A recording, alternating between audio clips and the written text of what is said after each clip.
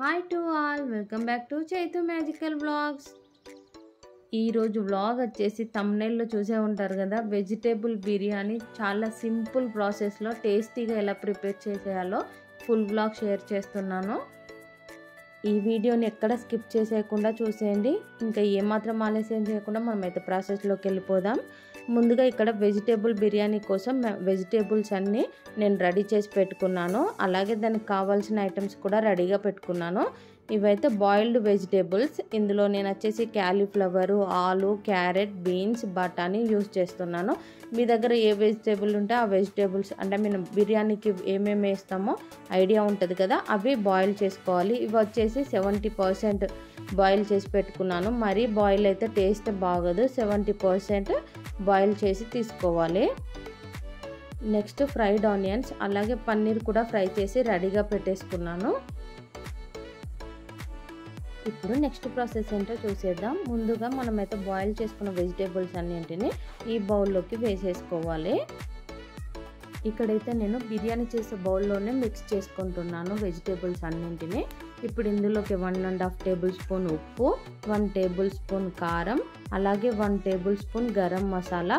గరం మసాలా మీ దగ్గర లేకపోతే షాహీ బిర్యానీ మసాలా వేసుకోండి. 5 రూపీస్ ప్యాకెట్ అలా ఉంటుంది కదా, అది ఫుల్ వేసేయండి, సరిపోతుంది.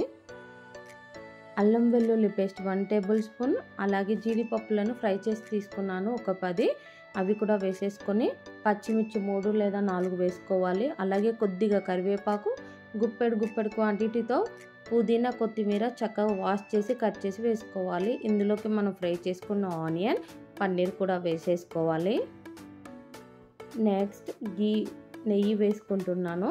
ఇది వచ్చేసి 2 to 3 టేబుల్ స్పూన్ వేసుకోవాలి. నెయ్యి ఇష్టం లేని వాళ్ళు ఆయిల్ కూడా యూస్ చేయొచ్చు. సో ఇదేం సరిపోదు, మనం ఇంకాస్త ఆయిల్ కూడా యాడ్ చేసుకోవాలి. ఇదిగోండి, ఇక్కడ ఎక్స్ట్రాగా మనం ఆనియన్ ఫ్రై చేసిన ఆయిల్ ఉంటుంది కదా, అదొక 2 టేబుల్ స్పూన్ వేసుకున్నాను. 1/2 టేబుల్ స్పూన్ పసుపు. ఇలా పసుపు వేయడం వల్ల మనకి టెక్స్చర్ అనేది మంచి కలర్లో వస్తుందన్నమాట. 1 కప్ చిక్కటి పెరుగు వేసుకోవాలి. Next lemon. ఇది వచ్చేసి ఒక 1/2 లెమన్ తీసుకుంటే సరిపోతుంది. మనం చికెన్ బిర్యానీకి అయితే 2 లెమన్స్ అలా యూస్ చేస్తూ ఉంటాం కదా, బట్ వెజిటేబుల్ బిర్యానీకి 1/2 లెమన్ సరిపోతుంది. 1 కానీ ఇంకెక్కువ కానీ వేసుకుంటే వెజ్జెస్ అన్నీ పుల్లగా ఉంటాయి. ఇలా అన్నీ వేసేసుకున్నాక దీన్ని మంచిగా మిక్స్ చేసుకోవాలి. ఇక్కడ నేనైతే గరం మసాలా యూజ్ చేశాను కాబట్టి ఎక్స్ట్రాగా మసాలాలు అయితే తీసుకోలేదు, మళ్ళీ మసాలా క్వాంటిటీ ఎక్కువ అయిపోతుంది అనేసి. కావాలి అనుకున్న వాళ్ళు కొద్దిగా స్పైసెస్ అయితే యాడ్ చేసుకోవచ్చు. ఇలా మిక్స్ చేసుకున్నాక దీనిపైన క్యాప్ పెట్టేసి దీన్ని 20 మినిట్స్ అలా పక్కకు రెస్ట్ చేయాలి. ఇలా చేయడం వల్ల వెజిటేబుల్స్ అన్నింటినీ మసాలా మంచిగా మ్యారినేట్ అయి ఉంటుందన్నమాట. నెక్స్ట్ ప్రాసెస్లో రైస్ ఉడికించుకోవడం కోసం ఒక బౌల్లోకి వాటర్ తీసుకున్నాను. ఈ వాటర్ నార్మల్ క్వాంటిటీ కంటే ఎక్కువ ఉండేలాగా చూసుకోవాలి. ఇప్పుడు ఇందులోకే మన హోల్ గరం మసాలా స్పైసెస్ అన్నీ వేసేసుకోవాలి. 1 టేబుల్ స్పూన్ అల్లం వెల్లుల్లి పేస్ట్, అలాగే కొత్తిమీర, పుదీనా ఒక కప్ తీసుకుంటున్నాను. ఇలా మనం కొత్తిమీర, పుదీనా కూడా వేసుకోవడం వల్ల వాటర్ టేస్ట్ అనేది చాలా బాగుంటుంది. అలాగే రైస్కి సరిపడా సాల్ట్ యాడ్ చేసుకోవాలి.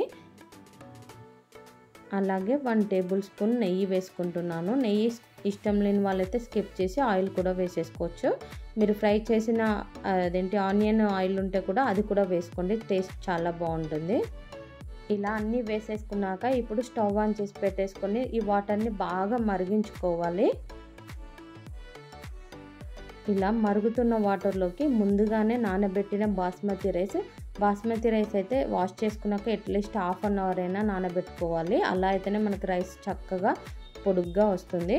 ఈ నానబెట్టిన బాస్మతి రైస్ని మరుగుతున్న వాటర్లోకి వేసేసుకొని ఈ రైస్ని కూడా 70% వరకు ఉడికించుకోవాలి. చూడండి, ఇక్కడ రైస్ అయితే చక్కగా ఉడికిపోతుంది. హై ఫ్లేమ్లోనే పెట్టి ఉడికించుకోవచ్చు.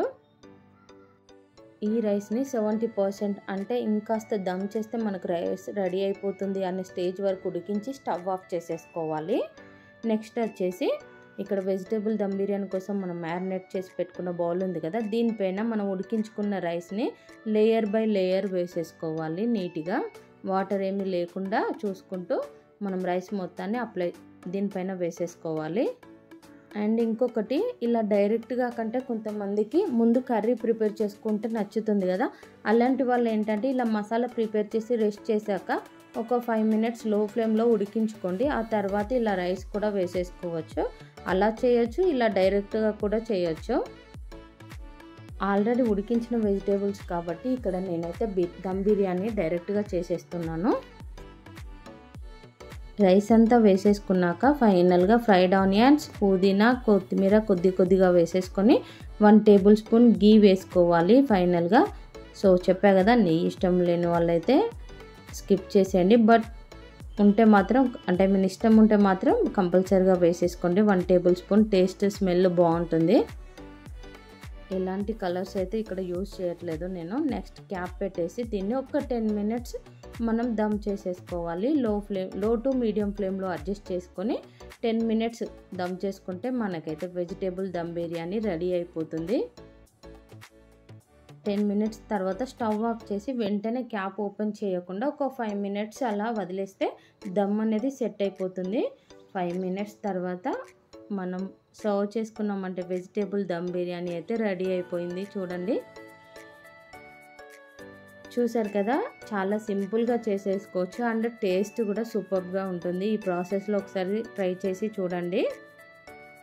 స్పైసెస్ అన్నీ పర్ఫెక్ట్గా సరిపోయి వెజిటేబుల్ దమ్ బిర్యానీ అయితే చాలా బాగా వచ్చింది. ఇంకెందుకు ఆలస్యం, మరి మీరు కూడా ఈ వెజిటేబుల్ దమ్ బిర్యానీని ఒకసారి ట్రై చేసి కామెంట్ సెక్షన్లో కామెంట్ చేయండి ఎలా వచ్చిందో. అండ్ ఇప్పటి వరకు నా ఛానల్ ఎవరైనా సబ్స్క్రైబ్ చేసుకోకుంటే ప్లీజ్ సబ్స్క్రైబ్ చేసుకోండి, లైక్ చేయండి, షేర్ చేయండి, అలాగే కామెంట్ చేయడం మాత్రం మర్చిపోకండి. ఎవరైనా ట్రై చేసి ఉంటే మాత్రం లైక్ చేయడం మాత్రం మర్చిపోకండి. మీ లైకే నాకు బూస్టప్ లాగా అనమాట. నెక్స్ట్ వ్లాగ్లో మళ్ళీ కలుద్దాం. Bye bye.